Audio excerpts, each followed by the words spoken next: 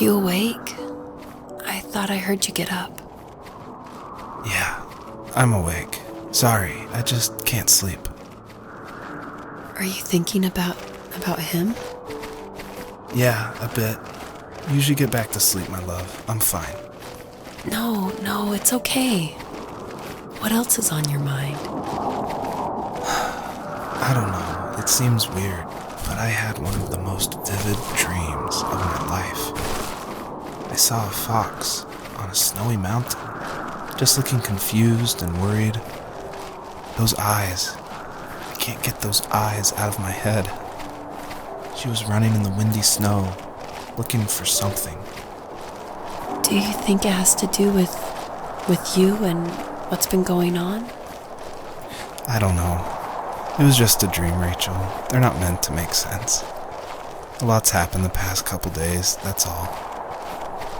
Well, if you're not going to sleep anyway, you should tell me. I want to hear. All right.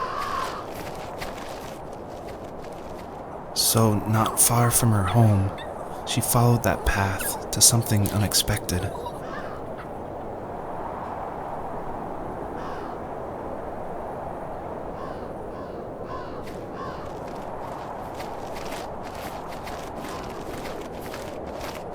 She couldn't stay, though.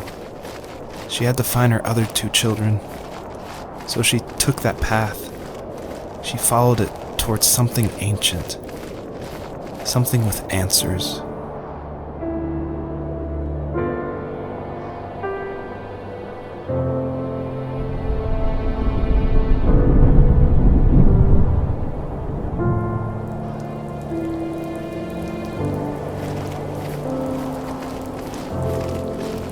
The fox looked high and low, searching for any sign of her cubs.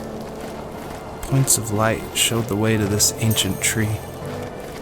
It was as if each one had a story to tell, all their own. The land was trying to tell my story, too. I felt like I was right behind her the whole time.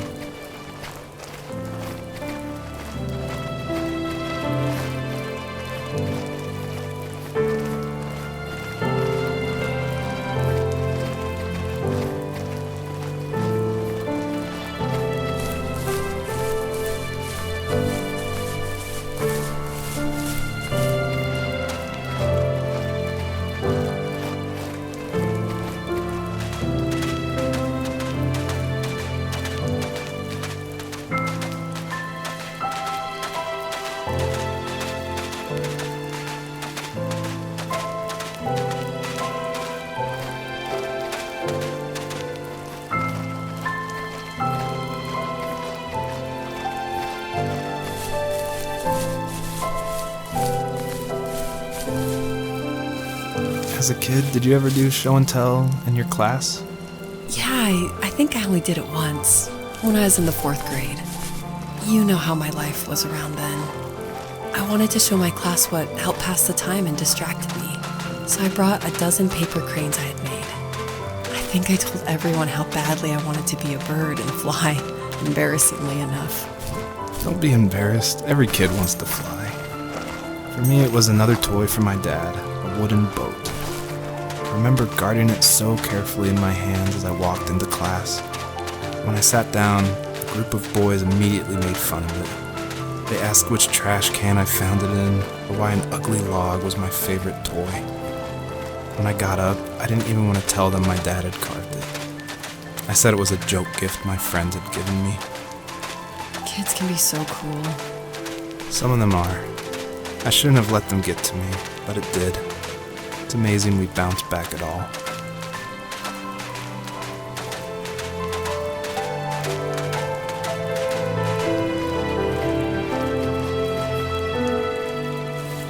Do you remember what my dad did for a living? Wasn't he like a lumberjack? That's one way of putting it. If wood was a canvas, then a carving knife was his paintbrush. Even after working a 50-hour week, even after his hands were more splinters than skin, he would bring home the nicest piece of Alaskan weeping cedar and make me toys. That wooden train was the first toy I can remember, and I loved it. I I just knew from a young age I was going to be a lumberjack, like my father.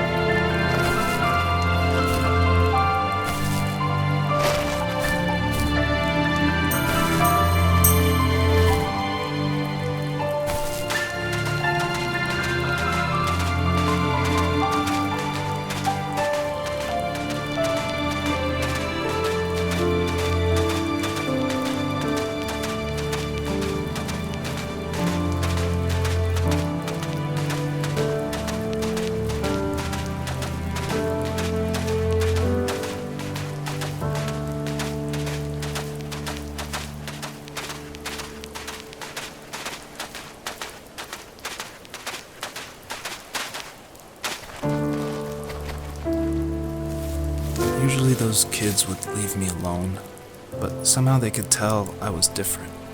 They made fun of how far away I lived. They called my dad a sourdough. I was a blabbermouth as a kid, telling my dad stories I made up for hours.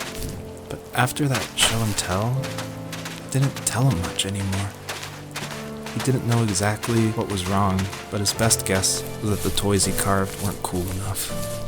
He carved me a tank and tried to tell me what it was like to be in a real tank as a serviceman. I didn't know your dad was in the military. Yeah, in the army. The sad thing is that I'd pretty much forgotten until just now. There's so much I still don't know about him. I'm sorry. He knows how much you love him. You're going to see him again soon and have some closure, I'm sure.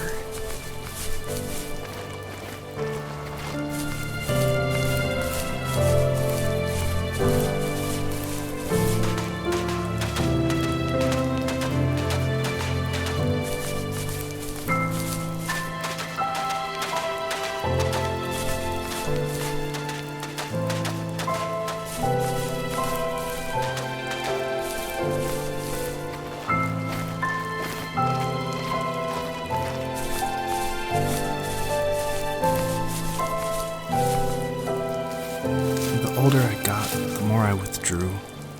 I asked myself, why talk to anybody anyway? Why bother when I'm happy by myself? I started drawing a lot, mostly animals I saw in the woods by my home. I then imagined designing my own hideouts with things like TVs and pantries full of chips and cookies. I think that idea of leaving home and drawing blueprints started my career. I found a lot of solace in that. I'm not surprised, but I did the same thing, you know? There's something special about having a place to call your own. And now look at us. Well, if you count renting in an overpriced city. It's as close as we can get for now.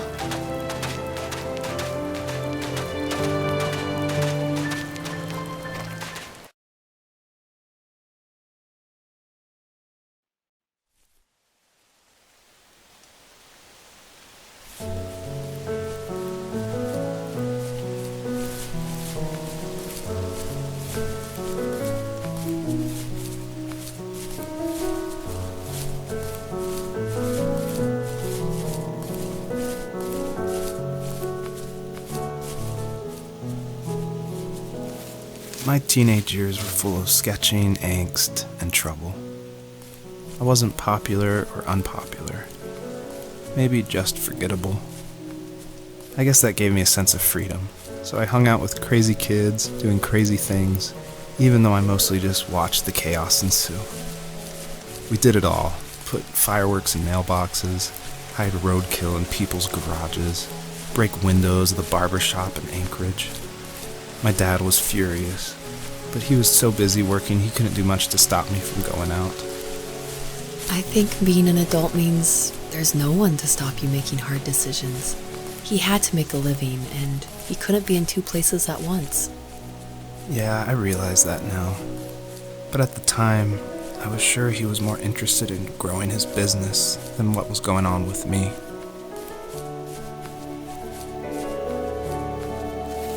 He was working another late night, and my friends were over, saying how bored they were and how they had come all the way out to my house for nothing. One of them mentioned how that old, ugly beyond belief truck was still in the garage, and how we should take it for a spin. I was only 15, so I kind of fought it for a while. The next thing I knew, we were careening around the mountain path, rocks spitting onto the sides of the cliff, while my dad's cringeworthy bluegrass blared out the speakers. I drove while my friends were in the back of that yellow and purple truck, throwing beer bottles and trash at anything remotely interesting. Felt like I was soaring in the air with borrowed wings. But all good things have endings. A cop outside of Eagle River pulled us over after he saw us in a bottle rocket into someone's yard. What followed was a long night of talking to disappointed adults and feeling smaller than ever.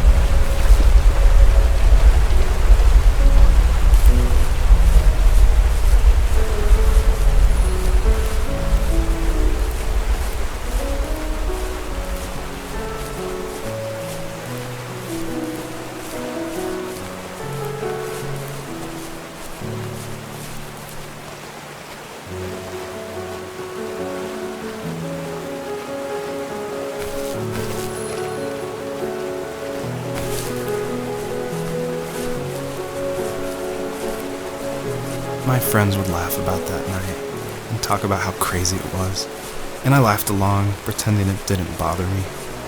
But it did. I imagined my friends growing old in the bush, unable to find that thrill in those godforsaken ice fields. It's like those mountains were a literal wall, keeping me from leaving, where all I would have to look forward to are lumber yards and evening beers. I had to climb over. That was my only goal for a long time.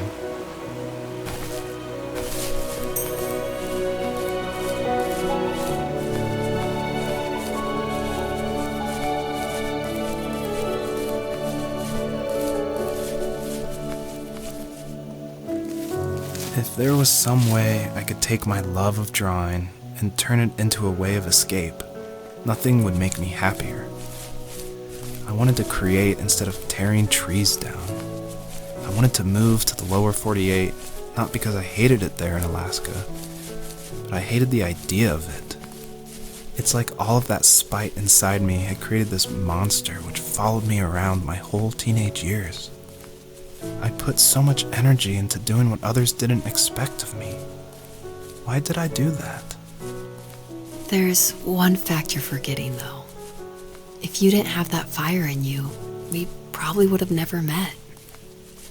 You're absolutely right. Maybe the destination is all that matters in the end. But then why am I awake? Why am I seeing this fox go on her journey? And why can't I stop thinking about my dad?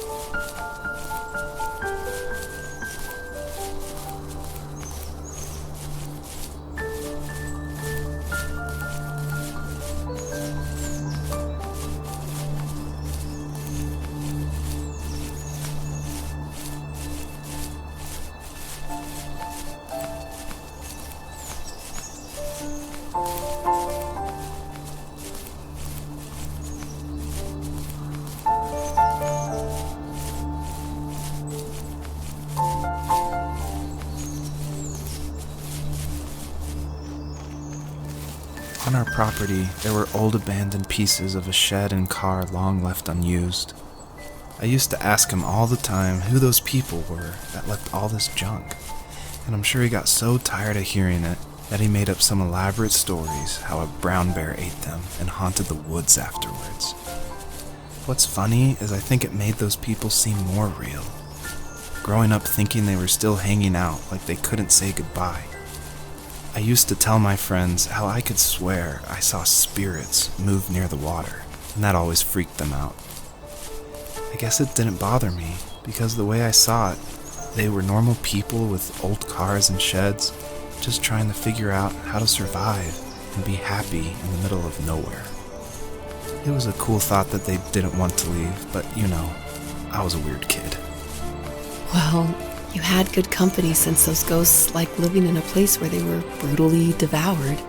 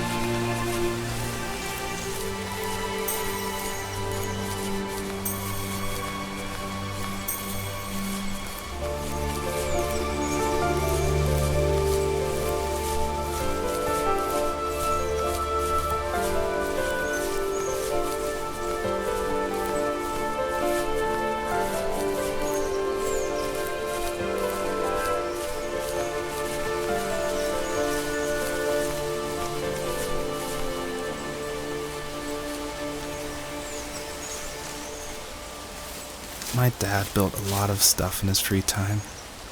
If he wasn't watching fly fishing or reading Tom Clancy novels, he was carving something. He made tons of birdhouses.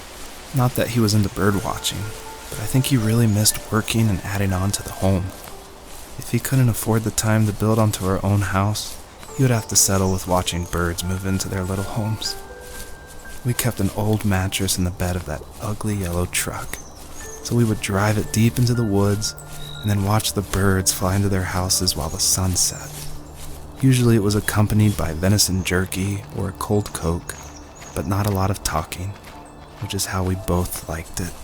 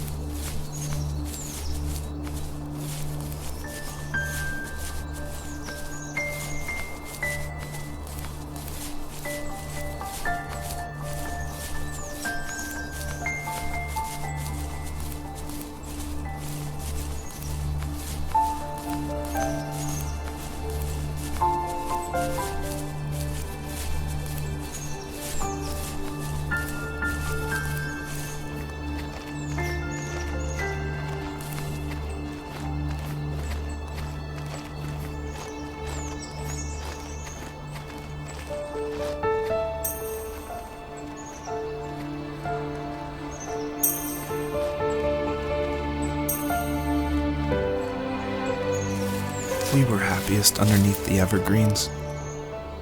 We decided it was time to finally map out the hundreds of acres we lived on just to pass the time during the summer.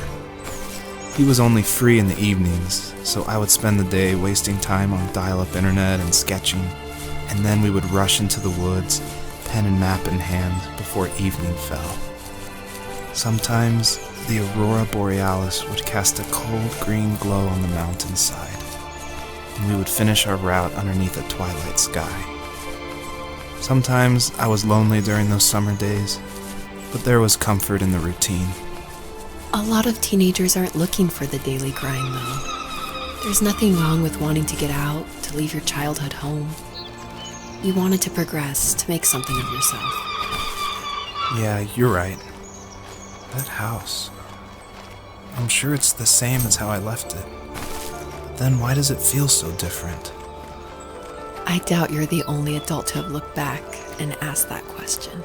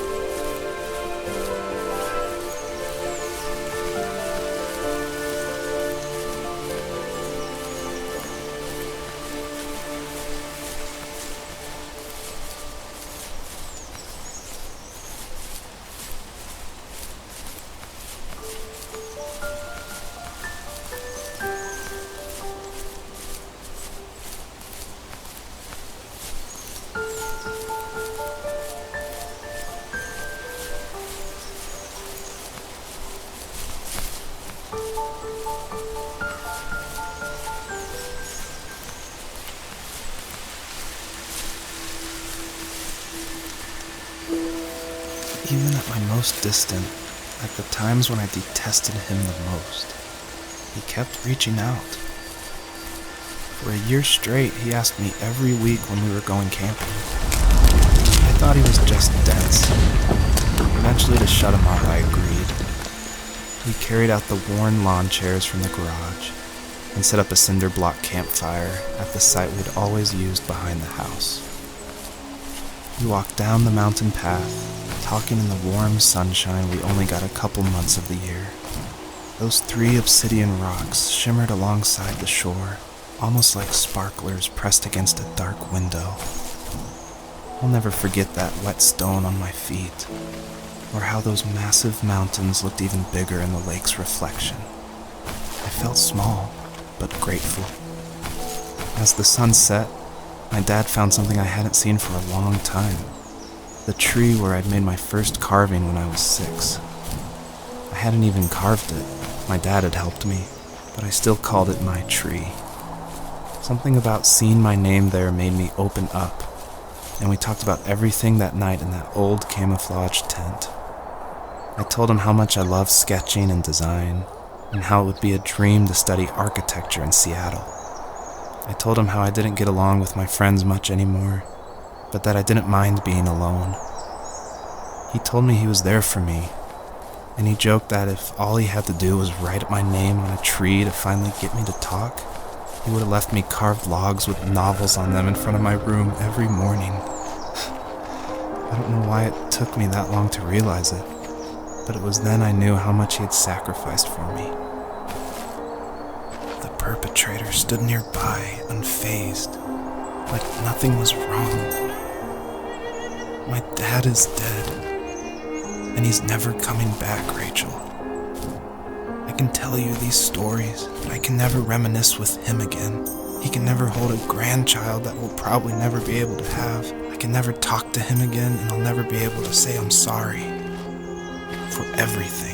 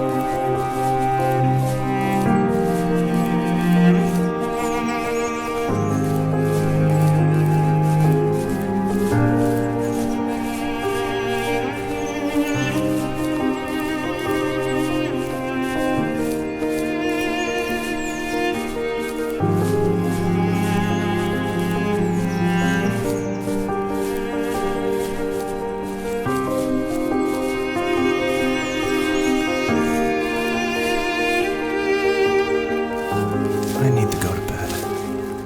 I just can't talk about this anymore. Good night.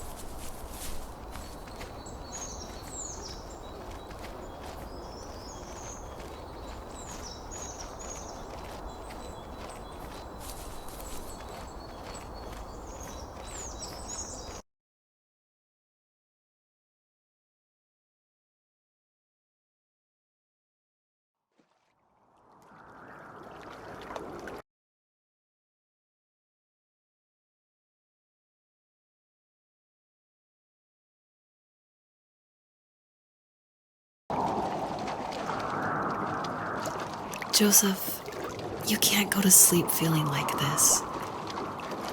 I'm sorry for everything, and I know you need space, but I'm here for you. You don't need to feel so lost. Joseph, have I ever told you what my mother was like?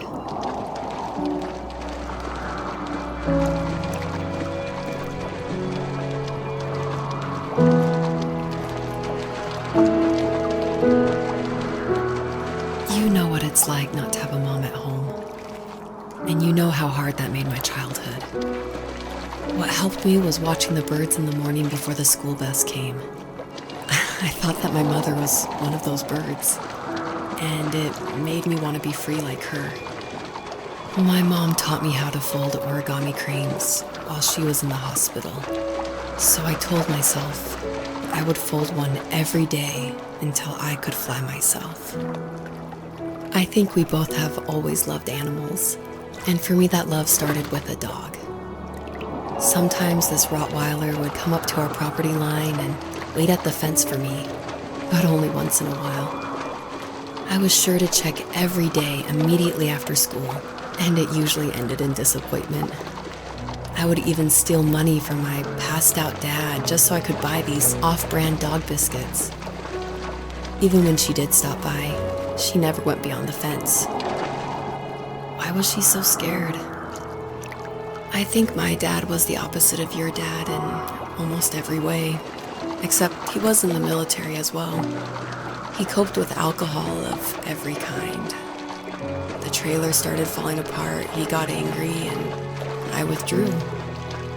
More and more I became the weird, quiet kid who made lots of origami birds and carried dog biscuits around. I think we were pretty similar when it came to being the weird kids. And that same sincerity in college was one of the reasons I was so drawn to you. Life got worse and worse, and at one point, I really didn't think I could survive another day with my soul still intact. I had no real friends, let alone neighbors, since we lived in the middle of nowhere. I should have talked to my teacher, but I was scared what he would do if he found out. As I waited for the school bus one morning, I walked around until I found something in an abandoned shed. Something I can't put into words. I summoned courage I didn't know I had, and I broke into my dad's room and found the key to the shed where he had locked my bike. I'll never forget that feeling. The wind rushing by my ears as the sun rose over fields of wheat. I was flying for the first time. I biked as far as my legs could take me until I found a house that felt friendly, and that felt like home. Those strangers helped me in so many ways. And if it wasn't for them, I wouldn't have found my foster family. And if it wasn't for my parents, I wouldn't have met you. You have strength, Joseph, and you're not as alone as you think. It's all just so pointless, just waiting for life to happen. It's like having the home I always wanted is cursed out of my reach. The thought of being a parent myself, how could I do that when I couldn't even be a good son?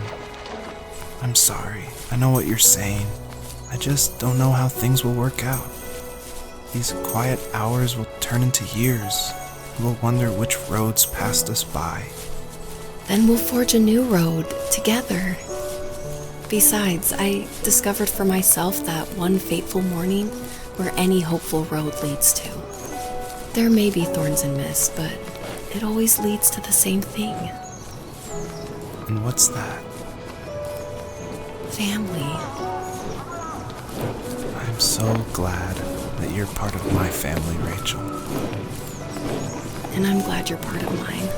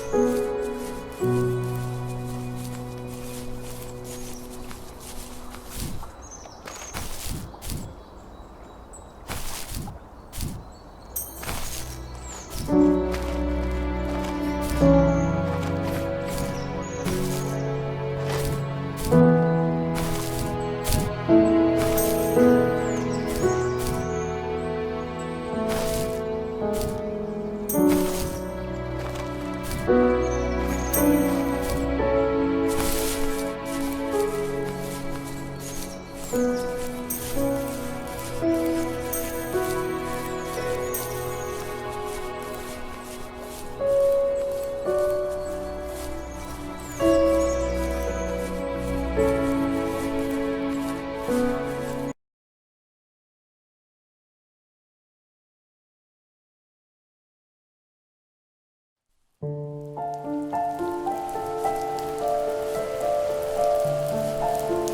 fox knew her last cub would be waiting for her at the first tree. She was almost there. The rain cascaded onto the jade valley where the entrance to the tree was. Life was protected there, because that's where life began. It was now only a mother and a daughter left. Items from my life still dotted the ground as she moved closer to her destination and destiny.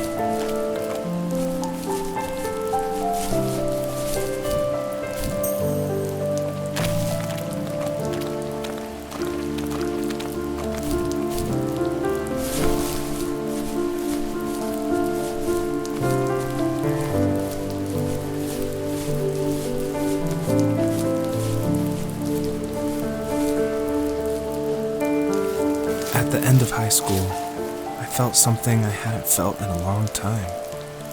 Drive. I looked into the best architecture schools on the West Coast, then got a dose of reality when looking at other students' portfolios and the high cost of tuition. I still wanted to be something, to be the next Alvaro Siza, and to make those thousands of sketches worth something in my grand history. But now even an internship sounds impossible. Siza helped me understand how essential emotion is in architecture, and he also said light is the real composer of space. I like to think these glints of light, like not finding a job or even a strange dream about a fox, are something I should be thankful for, even if the illuminated space is something I'm less than comfortable with.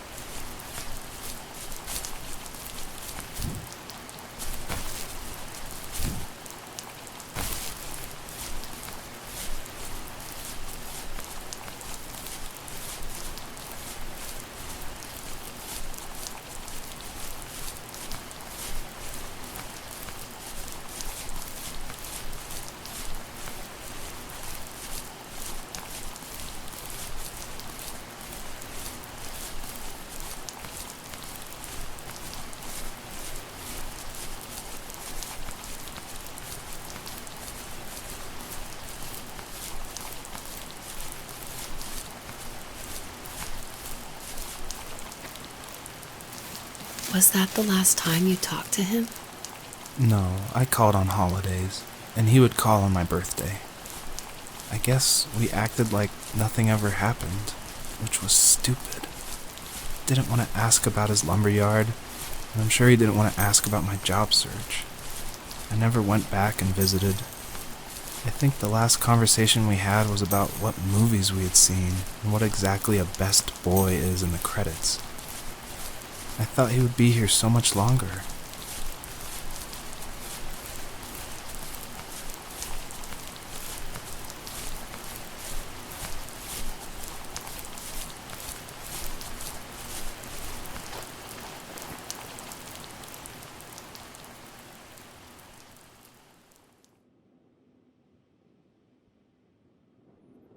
In the distance, the first tree illuminated the wasteland. She couldn't go home anymore. She did the only thing she was capable of: moving forward. My dad died alone in the middle of the wilderness. I should have been talking to him more. I should have done a lot of things differently. If the first tree on earth brought life with it, if it taught the birds to sing and fly and showed saplings how to grow, what could it do for us?